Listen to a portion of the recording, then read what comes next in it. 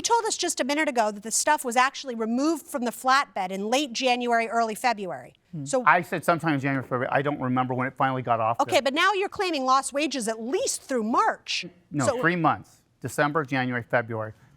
I make about $10,000. I understand, but you claim from December, January, and February, but you admit that you didn't even ask her to move her property until about Christmas. Okay, that's fine. So Okay. just consider January, February. And I average $10,000 a month is like the minimum that I will usually make. Well, Ms. Harris, year-round. why didn't you just move your stuff?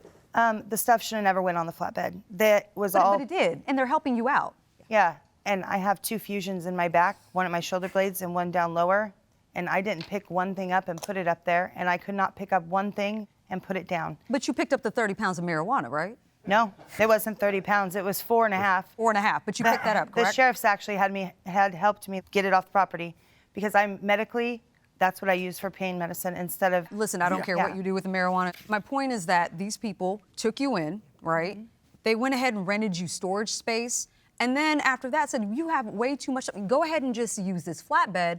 And then when he was ready to go to work and asked you to remove it, it should have been an easy yes. But I didn't want it up there anyway because it was, I cannot lift my hands above my head to put it up there. And that's where they told me to store it. I'm good. All right, so parties are excused while we deliberate in this matter. Thank you. Okay, guys, so here's the thing with me. The plaintiff clearly makes money. I mean, that's pretty clear with the evidence that he submitted when he was actually making money the second the defendant was evicted from his property, right?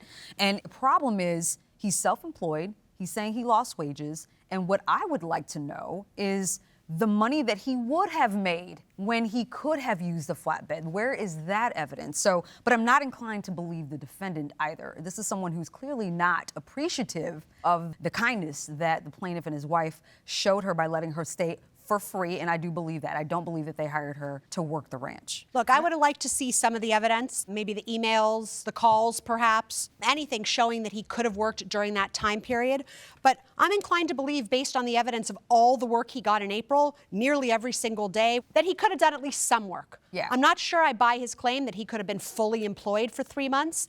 But when I asked him about December versus January and February, he said, look, you give up all the work in December, I still could have easily made $5,000 in just 1 month or And I two. believe that. And I believe that. I mean, this comes down to credibility, and I believed he was telling the truth. But there is absolutely no documentary evidence. There's absolutely no evidence of jobs actually lost. Michael. Because I'm just pointing that out. When we're talking about how often, those dates you're talking about with the big rig, 4/8, 4/9, 4/11, 4/12, 4/13, it's pretty consistent work. And that's the evidence that I credit in determining that he could have worked a month or two earlier. If he's got work every single day from multiple companies, it's hard to believe that the work was just totally dried up in February. But then all of a sudden, he was able to work every single day the month of April. And so you think his request of $5,000 is appropriate? I do believe so. Based on his testimony, I credit it in terms of how frequently he worked and in terms of the work available to him. And I do believe that the evidence we have from the month of April shows that he was able to earn well over Total is $6,925, and that's just over 6 days?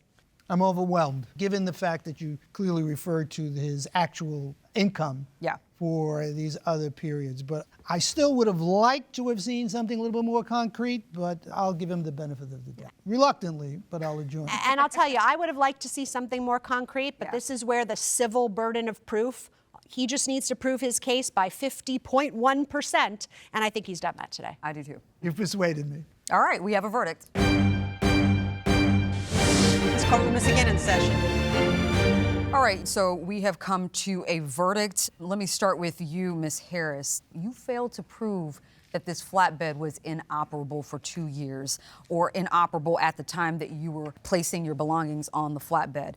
Mr. Smith, we would have liked to see better evidence in that you were saying that, listen, I would have made this money during this period of time where my flatbed was being used without permission. You didn't do that, but you did provide some billing that at least established to me that you do make quite a bit of money. So we believe that at some point you did lose money. I do believe it was at least $5,000. So we are coming to the verdict that you should be granted $5,000 in this case. That is the verdict of this court. Best of luck to all of you. Court's adjourned. Thank you, Your Honors.